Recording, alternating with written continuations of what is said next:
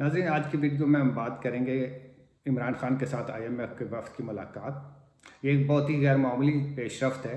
क्योंकि पिछले 9 माह से हम देख रहे हैं कि पिछले साल सवा साल से हम देख रहे हैं कि PDM की हुकूमत मुसलसल कोशिश कर रही है कि वो IMF के साथ कोई माहिदा कर सके ताकि मुल्क को डिफ़ॉल्ट होने से बचा सके। बड़ी खुशी की बात है, जैसे मैंने पहले भी एक वीडियो में अर्ज़ किया था कि IMF के साथ एक माहिदा हुआ और पाकिस्तान डिफ़ॉल्ट होने से बचने के उसके इम्कानात बहुत रोशन हो गए हैं। तो ये तो एक बहुत मुस्बत खबर है। लेकिन IMF ने सिर्फ हुकूमत के साथ माहिदे को तरजीह नहीं दी कि बल्कि उसके बाद पाकिस्तान के अंदर एक पॉलिटिकल कंसेंसस पैदा करने की कोशिश की है, मईशत के हवाले से ख़ास तौर पे। और IMF जो 9 माह के लिए हुकूमत पाकिस्तान को $3 अरब का जो कर्ज दे रहा है, उसके हवाले से वो चाहता है कि जो शराइत हुकूमत के साथ वो उसने रखी हैं या हुकूमत से मनवाई हैं, उनके ऊपर दूसरी पॉलिटिकल पार्टीज़ के दरमियान भी एक कंसेंसस पैदा हो। अगरचे इमरान खान ने IMF से ये कहा है कि वो इस माहिदे की हमायत करते हैं,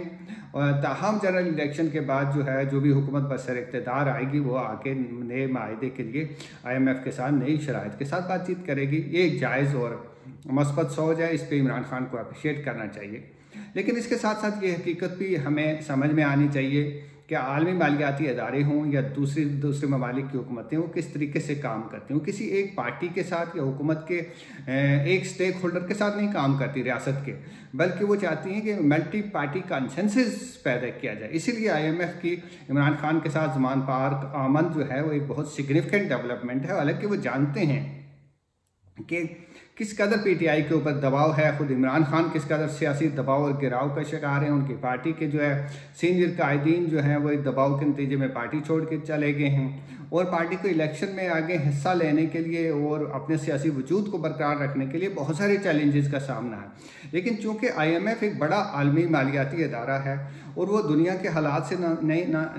से ही नहीं बल्कि पाकिस्तान के हालात से भी बहुत बाखबर रहता है, छोटी छोटी खबरों से भी वो लोग बाखबर रहते हैं। तो उनको इस बात का अंदाज़ा है कि चूँकि PTI एक मकबूल पार्टी है, इमरान खान एक मकबूल पाकिस्तान के लीडर हैं, मौसर तरीन जो पाकिस्तान के लीडर्स हैं उनमें से एक हैं,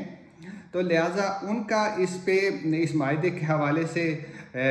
सेम पेज पे होना बहुत ज़रूरी है, और इसीलिए उन्होंने इमरान खान से बातचीत की। ये एक दूसरी हकीकत भी तस्लीम करना है कि जी ये PTI जो है वो पाकिस्तानी सियासत की एक मुसलमा हकीकत है जिसे नज़रअंदाज नहीं किया जा सकता। IMF की मीटिंग से भी यही पैगाम मिलता है। ये काम जो है हुकूमत के करने का होता है कि वो मुल्क के अंदर जब भी कोई हुकूमत बड़े फैसले करती है तो अपोजिशन पार्टीज़ के साथ मशवरा करती है, मशावरत करती है, और अगर ये मशावरत जो है पार्लियामेंट की सतह पे ना हो सके या पब्लिकली ना हो सके तो बिहाइंड द डोर्स की जाती है। मैं आपको एक दो छोटी छोटी मिसालें देना चाहता हूँ। अटल बिहारी वाजपेयी जब भारत के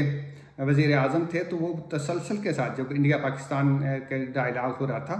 तो उसमें तसलसल के साथ सोनिया गांधी को जो भी नई ताज़ा डेवलपमेंट्स होती थी उनसे आगाह करवाते थे। उनके जो नेशनल सिक्योरिटी एडवाइज़र थे ब्रजेश मिश्रा, उनके ज़िम्मे ये काम था कि वो हर अहम डेवलपमेंट से सोनिया गांधी को आगाह करते थे। बाद अज़म जब मनमोहन सिंह हिंदुस्तान के वज़ीर आज़म बन गए तो उन्होंने भी इस रवायत को बरकरार रखा, बल्कि वो बाज़ औक़ात खुद अपनी प्राइवेट गाड़ी में बगैर किसी प्रोटोकॉल के अलके अडवाणी के घर जाते और उन्हें बताया करते थे कि क्या पेशरफ्त हो रही है। तो कहने का मतलब ये है कि दुनिया में जहाँ भी जमहूरियत होती है उसका ये तकाजा होता है कि आप मल्टी पार्टी कंसेंसस पैदा करते हैं, स्टेक होल्डर्स को साथ लेते हैं, मुल्क की मकबूल पार्टीज़ को जो है जो भी फॉरेन पॉलिसी के हवाले से या मालियाती मामला पे जो की डिसीजंस होते हैं उनमें उनको ऑन बोर्ड करते हैं। लेकिन अफसोस की बात यह है कि अगर आप पिछले 1-1.5 साल का अरसा देखें तो ये हुकूमत अगर इसने सिर्फ एक ही काम किया है कि एक पॉलिटिकल पार्टी यानी कि PTI के पीछे पड़ गई, उसको दीवार के साथ लगाया, बल्कि ये कहना चाहिए कि उसको दीवार में चुनवाने की पूरी कोशिश की गई है। और मुल्क के अंदर कोई सियासी जो अमल होना चाहिए था, जो वज़ीर आज़म को, चूँकि वज़ीर आज़म जब किसी मुल्क को उनके गिर्द ही मुल्क की सारी सियासत घूमती है और उनकी ये जिम्मेदारी होती है कि मुल्क में एक सियासी माहौल पैदा करें, ना कि एक रियासती जबर का माहौल। तो अनफॉर्चुनेटली शहबाज शरीफ जो है इस तरह का माहौल पैदा करने में बुरी तरह नाकाम हुए। इसी वजह से ये स्पेस जो है वो आलमी मालियाती अदारे ने अपने हाथ में ले ली। अब वो जाके इमरान खान से बातचीत कर रहे हैं, अब वो जाके दूसरी पार्टियों से बातचीत करें, हालांकि ये हुकूमत का काम था कि वो करें।